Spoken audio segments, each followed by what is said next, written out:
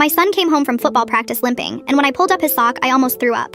His ankle was the size of a grapefruit, swollen, purple, and hot to the touch.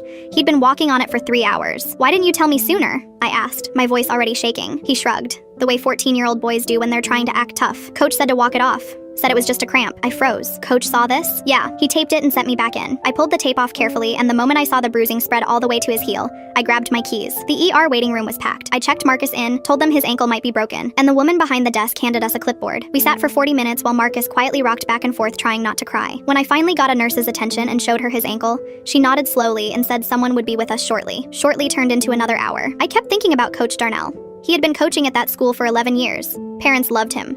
Boosters funded his summer camps. The man had a banner in the gym with his win record on it, and he had looked at my son's ankle and told him to get back on the field. When they finally took Marcus back and the x-ray came up on the screen, the ER doctor didn't even try to hide her expression. 2 fractures, one of them a stress fracture that, she said carefully, would have been made significantly worse by continued impact. "How long was he active after the injury?" she asked. 3 hours, I said. She wrote something down and didn't say anything else, but she didn't have to. I drove to the school the next morning before first bell. I wasn't going to call. I wasn't going to email. I wanted to look Darnell in the face. I found him in the equipment room, pulling out cones for morning drills like it was any other Tuesday. When I told him Marcus had 2 fractures, he crossed his arms and told me kids exaggerate pain all the time. Said if he pulled every player who said something hurt, he wouldn't have a team. Then he looked me up and down and said, "Marcus needs to toughen up if he wants to play at the next level." I felt something cold move through me. Not hot anger, cold. "He's 14, I said, "and he wants to play in college." That's what he told me, so this is what it takes. I left without saying another word because I knew if I stayed, I would say something I couldn't take back. I went straight to the athletic director's office. What I didn't know until I sat down across from her was that Marcus wasn't the first. She pulled a folder out almost immediately, like she'd been waiting for someone to come in. 3 other parents had filed informal complaints in the past 2 seasons. 1 kid played through a separated shoulder. Another had a concussion that went unlogged. The complaints had been reviewed internally and closed. She looked exhausted and guilty in equal measure. I hired an attorney that afternoon. The school district settled 8 months later. I'm not allowed to say the number, but I will say Marcus's college fund is no longer something I lie awake worrying about. Coach Darnell was terminated before the end of that school year. I heard from another parent he tried to get a position at a private school across the county, and the district sent a letter. I don't know what the letter said. I don't need to. Marcus still loves football. He rehabbed for 5 months, came back his sophomore year, and started varsity. His ankle is fine, more than fine. But sometimes when I watch him play, I think about that waiting room. Him rocking back and forth, trying to hold it together because a grown man in a position of authority told him pain was weakness. He's not that kid anymore. Neither am I.